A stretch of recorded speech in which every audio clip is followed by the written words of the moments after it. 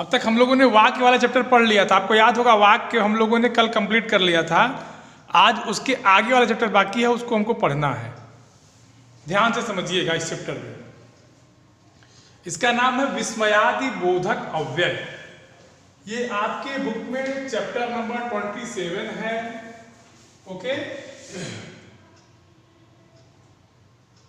आपके व्याकरण की बुक में आप जाएंगे तो चैप्टर नंबर 27 माने 27 नंबर चैप्टर पे आपको मिल जाएगा विस्मयादि बोधक। विस्मयादि बोधक अव्यय, ठीक है। ये जो दिख रहा है, ये जो लिख रहे हैं वो दिख रहा है ना सबको? विस्मयादि बोधक अव्यय। अव्यय मैं आपको पढ़ा चुका हूं। अव्यय माने जो समाप्त न हो, ठीक। अब ये जो हमारा है विस्मयादि बोधक, चैप्टर नंबर 27 विस्मयादि बोधक। मैं कुछ वाक्य लिखूंगा, उसको ध्यान से देखना, ठीक है।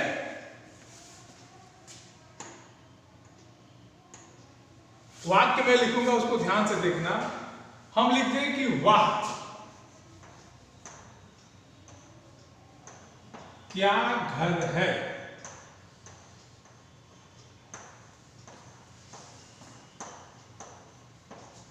ठीक। दूसरा हम कहें हाय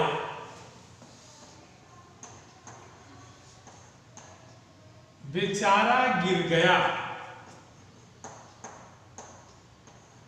बेचारा गिर गया। ये दोनों वाक्य आप ध्यान से देख रहे हैं। इन दोनों वाक्यों को ध्यान से देखो बेटा।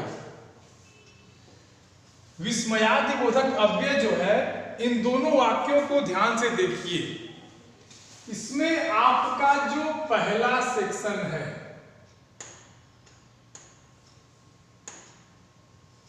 वाह, ये देखिए, एक ये और दूसरे में हाय, ठीक है। ये देखो किसको बता रहे हैं। हाय कहने का मतलब है कि हमको दुख हो रहा है, और वाह कहने का मतलब है कि हमको खुशी मिल रही है। समझ रहे हैं? और हाय कहने का मतलब है हमको दुख हो रहा है। तो ये जो हाय और ये जो वाह है, ये क्या कर रहे हैं? हमारे मन में जो भाव है, हमारे मन के जो भाव हैं, उन भावों को इन शब्दों से प्रकट किया जा रहा है। यहां तक बात क्लियर? बोलो। जैसे अगर हम कहें कि वाह क्या घर है, इसका मतलब ये है कि हमारे मन में इस घर को देखकर बड़ी खुशी मिली है, इसलिए हमने कहा कि वाह क्या घर है। दूसरा वाक्य अगर हम देखें तो लिखा है कि हाय बेचारा गिर गया। इसका मतलब ये हुआ कि उसके गिरने के कारण हमारे मन को बहुत दुख पहुंचा है, इसलिए हम कहते हैं कि हाय बेचारा गिर गया। तो ये वाह और हाय जो है हमारे मन के अंदर के मनोभाव है, ठीक है। तो यही भाव और वाह और हाय, यही वाह और हाय जो है, ठीक है, इन्हीं को कहते हैं विस्मयादि बोधक। समझ आ गई बात? बोलिए।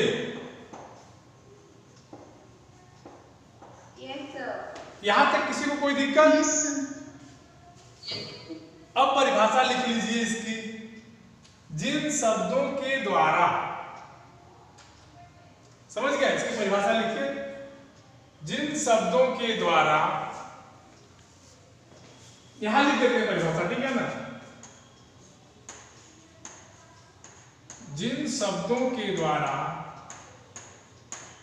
थोड़ा सा कोलैबोरेशन में दिक्कत है, तो जिन शब्दों के द्वारा हर्ष, हर्ष माने होता है खुशी। क्या होता है? हर्ष अगर जहां लिखा मिले उसका मतलब होता है खुशी। शोक, शोक माने होता है दुख। विस्मय, विस्मय माने होता है आश्चर्य, सरप्राइज, विस्मय, ठीक है, विस्मय। फिर ग्लानि, ग्लानि माने भी होता है दुख, ग्लानि माने भी होता है दुख। लज्जा, शेम, लज्जा आदि के भाव प्रकट होते हैं।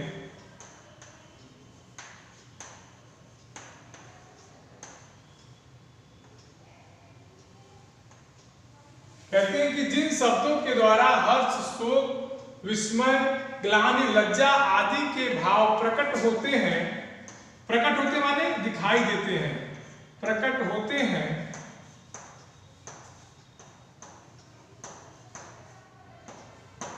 उन्हें विस्मयादि बोधक अव्यय कहते हैं। उन्हें विस्मयादि बोधक,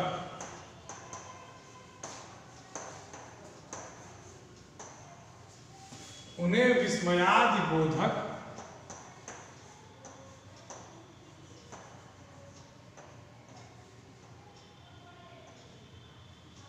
अव्यय कहते हैं।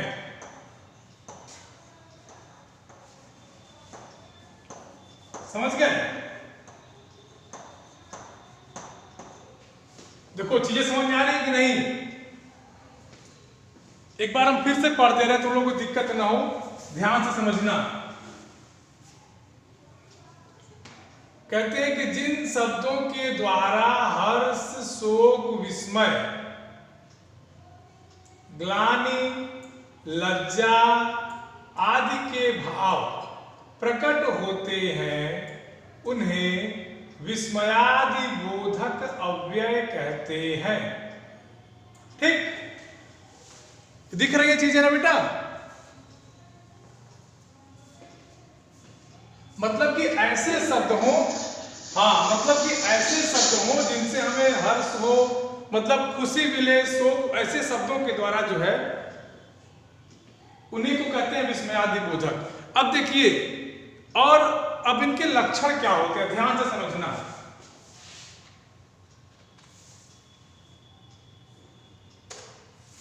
बेटा ये जो विस्मयादि बोधक अव्यय होते हैं ना, ये एकाएक हमारे मुंह से निकलते हैं। जैसे अगर हमने कहा ना कि वाव क्या घर है, तो एकाएक निकलते हैं, आप सोच के नहीं रखे रहते हैं। तो पहला लक्षण इनका लिख लीजिए कि विस्मयादि बोधक अव्यय एकाएक हमारे मुंह से निकलकर हमारे मनोभाव को प्रकट करते हैं।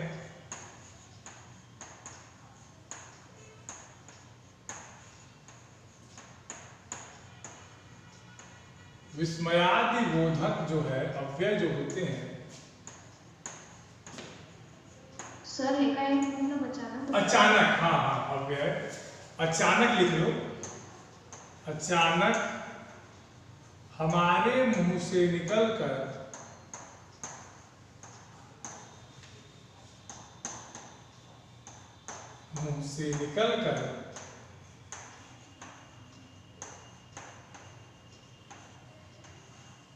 हमारे मनोभावों को प्रकट करते हैं।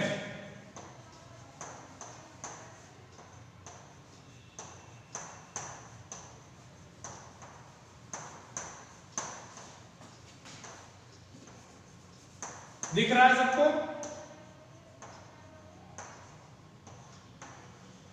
यस। किसी को इस लाइन में, इस वाक्य में किसी को कोई प्रॉब्लम? कहते हैं कि विस्मयादि बोधक अव्यय अचानक हमारे मुंह से निकलकर हमारे मनोभावों को प्रकट करते हैं।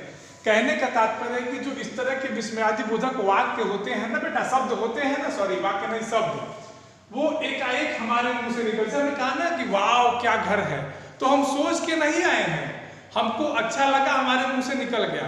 जैसे हम अगर कुछ खाते हैं तो कहते हैं वाव कितना मीठा है या कितना अच्छा है, तो ये हम सोच के नहीं आते, हमारे मन को अच्छा लगा, हमने तुरंत बोल दिया। ठीक, दूसरा देखिए, अब चूंकि हमारे ये मनोभाव है, तो मनोभाव होने के कारण इनका उच्चारण जो है विशेष ध्वनि से होता है। दूसरा लिख लो, अलग पेन से लिख देते हैं इसको। कहते हैं कि मनोभाव होने के कारण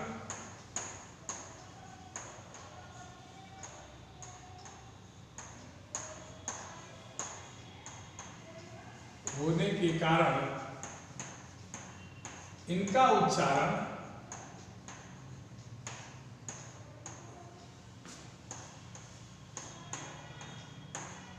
विशेष ध्वनि से होता है।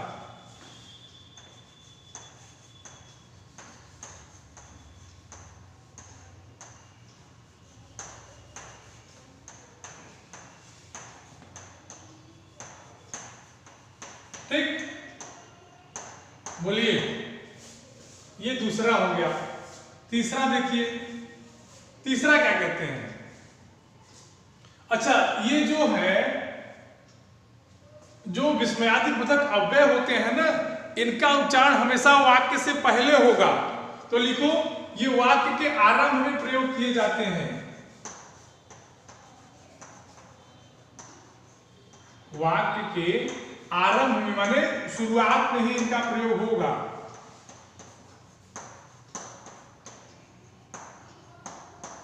आरंभ में प्रयोग होते हैं।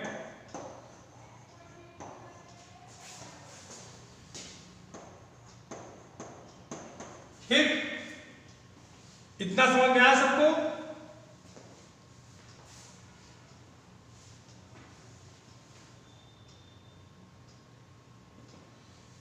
किसी कोई प्रॉब्लम यहां तक? और जो सबसे बड़ी बात, सबसे इंपॉर्टेंट बात, उसको नोट, हाँ, सबसे बड़ी बात, सबसे इंपॉर्टेंट बात नोट करो कि इसको थोड़ा सा मोटे पेन से लिख देते हैं ना, दूसरे अलग पेन से और थोड़ा मोटे अच्छे होंगे। विस्मयादिबोधक, अगर हम वो सब शब्द लिखते हैं तो लिखो, इन शब्दों के साथ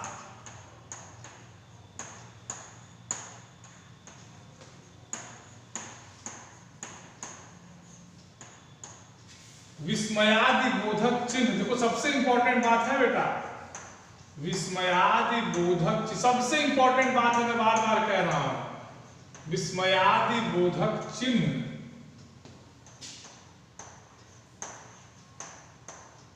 अब वो चिन्ह क्या है, मैं इसको अलग पेन से लिख दे रहा हूं। यहां ऐसे खींच के एक बिंदी दे देना है।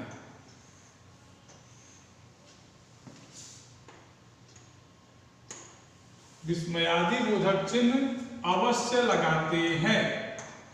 अगर आप उस वाक्य को बोल रहे हैं और लिख रहे हैं और वो चिन्ह नहीं लगाते हैं तो आपका वाक्य पूरी तरह से गलत हो जाएगा। ठीक, बात समझ में आई? ये देखिए, जो हमारा है, ये हमारा विस्मयादिबोधक चिन्ह है।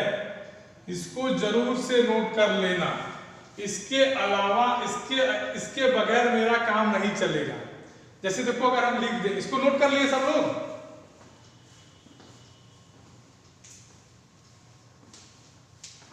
जो देखना है, हाँ, इसको मिटा देना। इसको मिटा दे बच्चा, बोलोगे? इसको मिटा दे, हाँ, इसको मिटा दे, इसको मिटा दे रहे हैं। ठीक है, घबराओ मत। जैसे अगर हमने बताया था पहले उदाहरण में ना कि वाह, हमने पहले बताया कि वाह क्या घर है, वाह क्या घर है।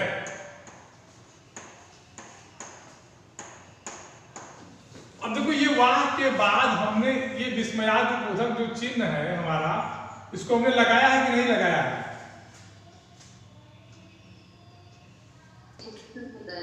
हाँ, तो इसी को कहते हैं विस्मयादि, इसी को कहते हैं क्या? विस्मयादिबोधक चिन्ह। अब देखो, ये कितने प्रकार के होते हैं, मतलब कि कैसे कैसे विस्मय का बोध कराते हैं। और उन अवस्थाओं में कैसे कैसे शब्दों का प्रयोग किया जाएगा। तो लिखो विस्मयादि बोधक अव्यय के कितने भेद होते हैं।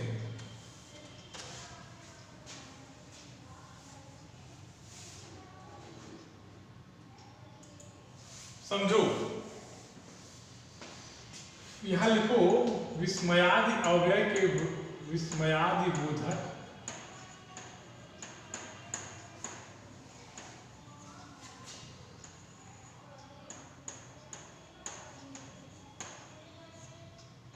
अव्यय। क्या हो गया?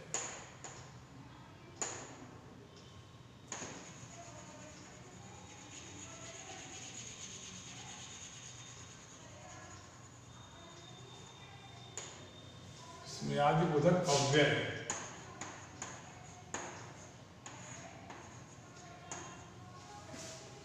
ठीक है, अव्यय के भेद। उसमें देखो हमारा जो पहला होगा हर्ष बोधक। हर्ष बोधक माने जो हमें हर्ष माने खुशी का बोध कराए। ऐसे कौन कौन से शब्द हैं, ध्यान से देखना। कहते हैं आहा, आहा कितना सुंदर है, आहा क्या मिठाई है। दूसरा है शाबाश। दूसरा क्या है? शाबाश। तीसरा है वाह वाह। लोग कहते हैं ना वाह वाह वाह वाह क्या बात है, बोलते हैं कि नहीं तरह से करते। और तीसरा है धन्य। चौथा है धन्य। ये जो शब्द है ये हमें हमेशा हमेशा खुशी का ही बोध कराएंगे। किसका बोध कराएंगे? खुशी का बोध कराएंगे। ठीक, मिटा दे।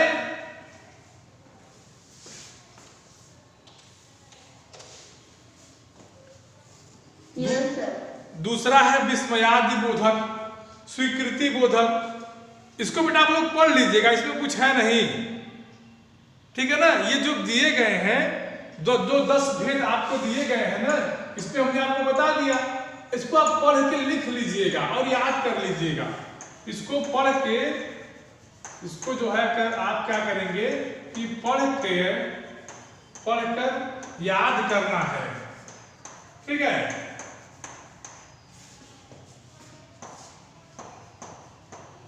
और अपनी नोट्स बुक में लिखना है। नोट्स बुक में दिख रहा है सबको बेटा? बोलिए, कर लेंगे कि नहीं कर लेंगे? Yes sir. किसी कोई दिक्कत? No sir. इसको बेटा थोड़ा सा आप लोग अब विस्मयादि बोधक समझ गए ना क्या होता है। आपको जिस शब्द से हर्ष हो, खुशी हो, शोक इत्यादि का भाव समझ में आए और आप बोलते वही शब्द विस्मयादि बोधक होता है। समझ गए?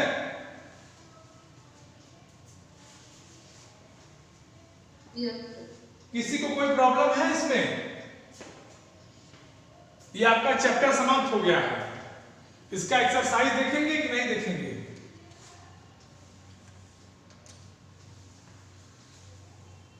कहते हैं इसका अभ्यास प्रश्न जरा देखो।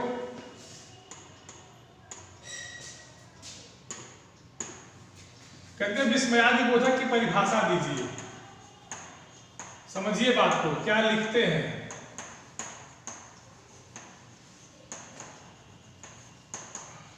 परिभाषा आप लोग दे लेंगे? बोलिए, परिभाषा आप लोग दे लेंगे कि नहीं दे लेंगे? Yes sir. ठीक है, परिभाषा कैसे देंगे आपको पता है?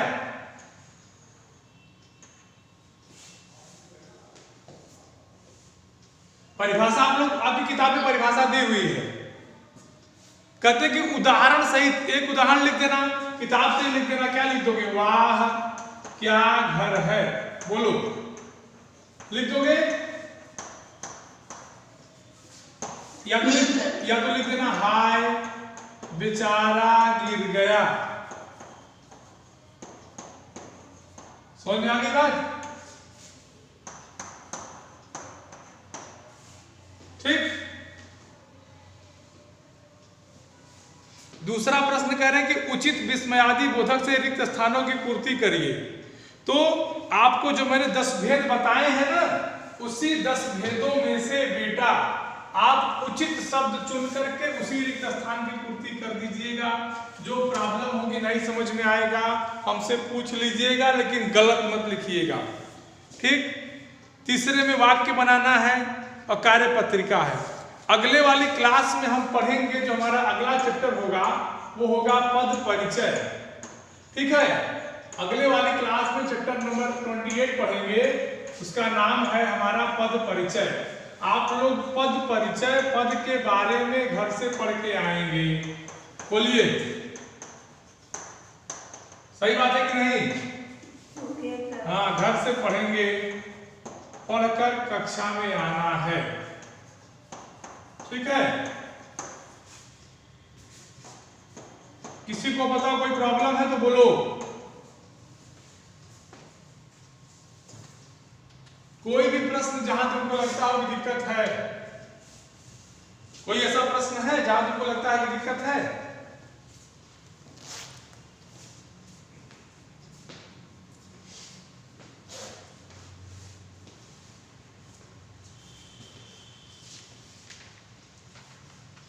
देखो, हम लोग सावधान खबरदार कहते हैं ना, सावधान खबरदार कहते हैं ना, होशियार।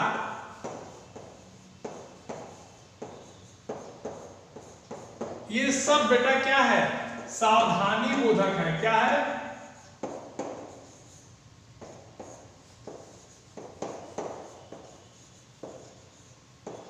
समझ गए? बोलिए।